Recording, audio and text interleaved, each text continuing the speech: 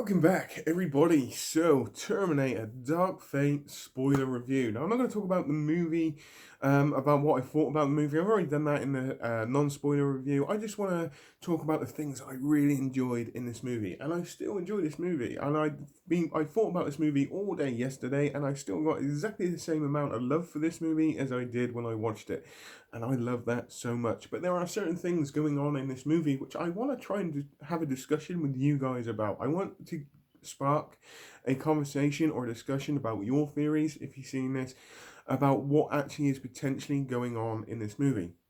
Because there's a few little interesting bits in here. Yes, the action in this is absolutely brilliant, I told you, which I will get into. But I just want to talk about certain things in this movie, and I just want to see what everybody's thoughts are as well. Because I have my own theories, I do. But I want to know what everybody else's thoughts are. Now, I haven't watched any other review on the Terminator Dark Fate in any way, shape, or form yet.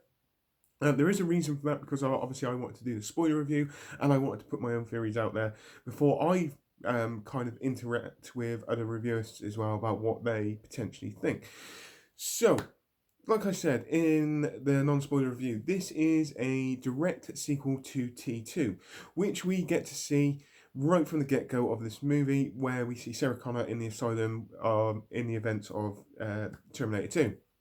It then leads very, very quickly onto 2 years, or 2 or 3 years after the events of T2, where Sarah Connor and John Connor are on this beach where all of a sudden a T-800 comes out of the blue and brutally murders John Connor in front of Sarah Connor. This is a very, very interesting story arc for me because if they prevented Judgment Day and they prevented the rise of Skynet, how is there another Terminator in that timeline? If they stopped the events of Judgment Day, there is none of this Rise of the Machines future which was predicted in any way, shape, or form, which is said in this movie. Later on in this movie, Judgment Day never happened in the way that they wanted it or they thought it was. They never thought that Skynet was just defeated before it was even born. So there was no all-out nuclear war, so there shouldn't be another machine there. The theory that I potentially have is that Skynet, in the event of T2, sent back another T-800 in case the T-1000 failed to then later strike on John Connor. That's the only theory that I can come up with. And Skynet done it as a contingency plan because they knew what happened in the first Terminator, or there's a high risk that the Terminator will get defeated. So as a contingency plan in T2, Skynet sent back another Terminator to then take out John Connor a few years later, and that would be his orders. That's the only theory that I can come up with. Anything apart from that really doesn't make any sense. The fact that they say that potentially Skynet sent back another Terminator in that time or in that time zone that Sarah Connor and John Connor are on that beach doesn't actually fit, because if they stopped Judgment Day and there was no war, there shouldn't be any machines anyway at all. And the only thing I can come up with is that Skynet literally sent him back as a contingency plan in the event of T2. Now, I could be completely off here. I really, really could. But that's the only theory that I've got which actually makes any sense. Because if they stopped it, there was no future. There was no future of nuclear war or Judgment Day. There was no rise of the machines. So technically, there shouldn't be any machines in any way, shape, or form. Which then leads me on to another thing in this, is that Sarah Connor is a Terminator hunter and she hunts Terminators. She gets sent coordinates of where these Terminators are. So, how are these Terminators coming back if they prevented Judgment Day? This is what I'm thinking. Yes, I know there is another future that is created and made because, yes, okay, Judgment Day does happen, but it doesn't happen in the way that we think it does. But Sarah Connor hunts Terminators, and even in this movie, she says, "I've never seen one like you before." And it's a kind of a different timeline in a way. now I'm thinking about this a little bit more. I'm just wondering. This is like a really really interesting kind of thing because I'm thinking about this and it's really starting to intrigue me now. Here's the thing. So if Sarah Connor is a Terminator hunter, the coordinate she gets sent coordinates by the T-800 that killed John Connor. The coordinates of the T-800 are tattooed on Grace. But Judgment Day never happened, so there shouldn't be any machines. This is intriguing for me. So I did think about this, but I didn't quite think about this quite in depth. And I'm just really, really interested to see where they go with this. I really, really am. There is something going on, and like we got in Genesis, there is somebody that we do not see, which is basically trying to help the resistance here, but we don't actually get to see it, and it creates a very big spark in my head about where this is going. And I also said in the non-spoiler review that I wouldn't be too keen to actually see another movie from this, but now thinking about this, I'm actually genuinely kind of intrigued because Judgment Day never happened. There shouldn't be another T-800 unless Skynet sent back a T-800 as a contingency plan in the event of T2 to then later take out John Connor. That's my theory. If there is another theory, I'm thinking there might be a slight crossover of timelines here. I'm really intrigued, and this is why I want to see what everybody else thinks about this, because this is my brain thinking, and I'm trying to figure it out, and I'm sure there might be some people out there that go, yeah, it's this, and this, and this, but for me, I'm just thinking about it, and I haven't really had a real big chance to actually discuss it with anybody, because a lot of my friends haven't seen it, and this is why I'm trying to create this discussion with you guys. I generally like what they're doing here. I really, really do. The fact that the coordinates of the T-800 are tattooed on Grace. Then the T-800 who killed John Connor says to Grace, who gave you those coordinates? And it had to be somebody from the future, unless somebody from the future, unless it's Sarah Connor. At the end, Sarah Connor. See, this is the thing. I'm really, really intrigued. Unless it is actually Sarah Connor that's actually doing this, because at the end she says you need to be ready. And that's potentially how it could work. There we go. Sorry. Anyway, that's my thing. I might have just answered all of my own questions here, but the only question that isn't answered is the fact of why is there another T-800 in there? I'm not saying it's a bad move. They had to put him in there. If you're going to have Arnie in there, that I'd rather have Arnie as a T-800 as a T-1000, but it's just a theory that I had, and I just wanted to see if it could create a little bit of a spark or discussion on my YouTube channel. Now, going on to things that I actually really enjoy in this, the action sequences in this are absolutely fantastic. I cannot even lie to you. The Rev 9 in this is seriously, seriously badass. I like what he's doing. I like his style. I like the person who actually played the Rev 9 as well, very, very suited. But the action sequences in this are absolutely brilliant in every single way. Other things I really enjoy about this movie is literally Arnie in this. It's a really, really different take on a T-800 or what we're used to, and I'm sure there's going to be people that are really not going to enjoy this in any way, shape or form, but for me, I found it a very, very nice change. Because when they did this, it's like, how are you going to follow this on? How are you going to make this a sequel to T2? And how are you going to give it that kind of emotional attachment that we get, say, from Terminator 2? And okay, fair enough, the emotional attachment isn't as strong, but what they did with Arnie's character to make him more human, to explain the arc after a Terminator completes his mission, he basically becomes useless. So what does the Terminator do after he's completed his mission? And we get to see that in this. He basically becomes more human, yet he can't have that physical touch and that intimacy that he has, but he has a family. He raised somebody. They don't know he's a Terminator. This is all explained, but he never actually tells them that he's a Terminator. He's just there to help this family, but he raised this kid, and this is something I really enjoyed. That the fact that that family has somebody that will protect his his family without a shadow of a doubt.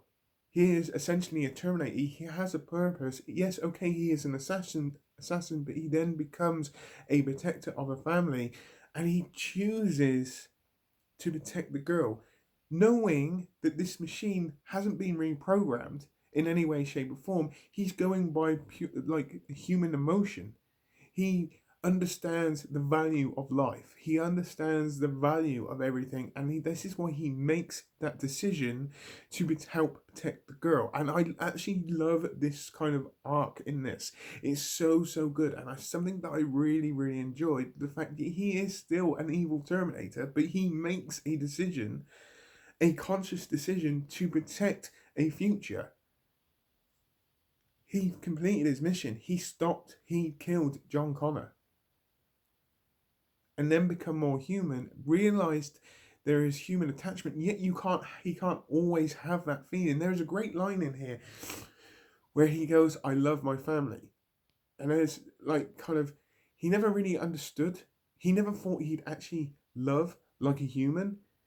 But when he had to say goodbye to his family, knowing that he wouldn't return, that love for his family basically showed out. He never thought he could actually love. And this is something that is so good. This is why this movie, for me, was so enjoyable.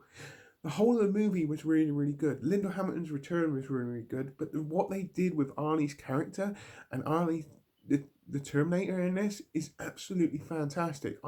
I will sing its praises. Okay, fair enough. You may not get the same emotional attachment as say what you've got in Terminator 2, but you do grow an attachment to him very quickly because he is more human but essentially a machine, and this is something I enjoy so much, and I loved what they did here. And this is probably one of the main reasons why I love this movie. The whole movie is really good, but this little arc where he becomes more human after he completed his mission, he hasn't been reprogrammed in any way, shape, or form, and I just love that side of it. Now, moving on, I could talk about that all the time, and I had wanted to talk to people about this for like a day, and because my friends haven't seen it, I can't actually talk about it, and this is why I'm doing this video. And I just want to, like I said, I'm just trying to spark a conversation with people here, or a discussion.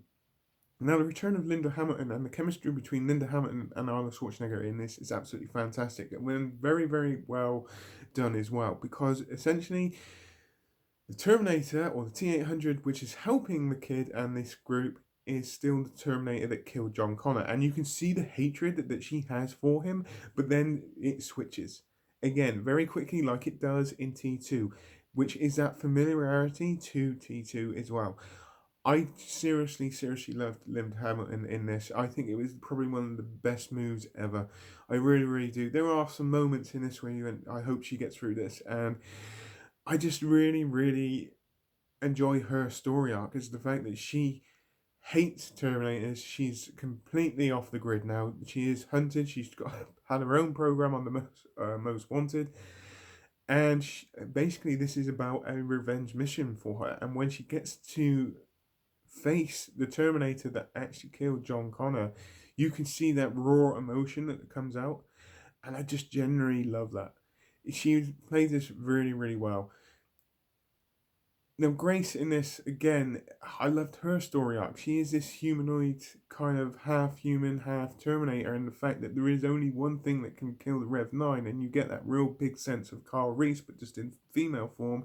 Again, I think it's just an absolutely fantastic addition to this. She plays a very big role. Her mission is to protect the girl, or Danny, and you can tell that she'll do anything to actually do that, within reason, but she has to, I love the fact that Danny saved Grace. Grace then was protecting her commander, then made the choice to be changed into this kind of humanoid super soldier, and I generally love this as well. To get the bit of a backstory from her as well, it just carries that very familiar feel of the first two Terminators, and it's just something that I really enjoy. The fight sequences at the end is it's very good. The main end fight sequence in this is absolutely fantastic. I loved how they did this. I really, really do. I love the fact that Arnie played quite a big role in this, and he was brilliant. And it was, for me personally, this was his goodbye, and I generally liked what they did, and the fact that I'm going back to Arnie's character for a reason here because again, he hasn't been reprogrammed, and everything that he's doing is for John Connor, the person that he killed because he was ordered to kill him. Everything that he'd done afterwards was for John Connor. It's his redemption. It's his kind of redemption of what he did. He never understood a love for somebody's child until he actually had love for somebody's child.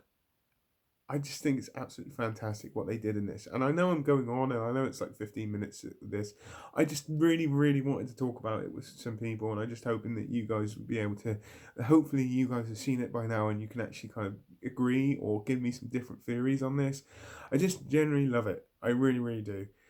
The main story arc I always had was, well, the problem I had with the trailers, and it's like, where is John Connor? That does get explained very, very quickly. Yes, it is a little bit brutal, and yes, you go, oh no, where's this going?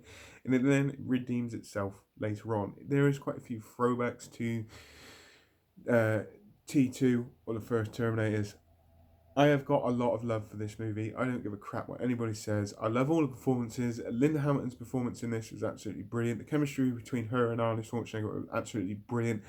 Arnie's character as a T-800 in this is absolutely fantastic in every single way, and I love what they did. I really, really do. This is something that I've always wanted to see, is what happens to a Terminator after he completes a mission, and I loved it so, so much. And he is actually quite funny in this, to be fair as well. Mackenzie Davis's performance as Grace in this, I loved her character, her arc in this. That knowing that that side of this movie is starting a brand new direction, knowing that yes, okay, Judgment Day happened, but in a completely different way. The fact that basically the machine or the computer basically shut down everything, as in like electricity and all that kind of stuff, and wanted to basically humanity to tear itself apart. It didn't want to use atomic weapons to basically wipe out everybody. It wanted everybody to rip itself apart so then it could rise. And it's a great little story in this. I loved it. I love this movie so much. I will be watching this again very, very soon. I am half tempted because it's such a grim day out there to actually go out and watch it again. For me, it's going to get a 10 out of 10. I don't give a crap what anybody says. I really enjoy this. I think it's a good movie. I think it's a good sequel to T2. It's a nice little follow-on, but yet starting off something else. Now, I always, like I said earlier on in the video, I said to myself, I'm not sure if I wouldn't be as keen to see another one. I think I'm lying there. I would actually like to see another one and I know they will make another one as long as this movie makes enough money. For me, it's going to get a 10 out of 10. I don't care what anybody says. I just want to know what everybody's thoughts about how there is another T-800 in this, what the timeline is basically doing, and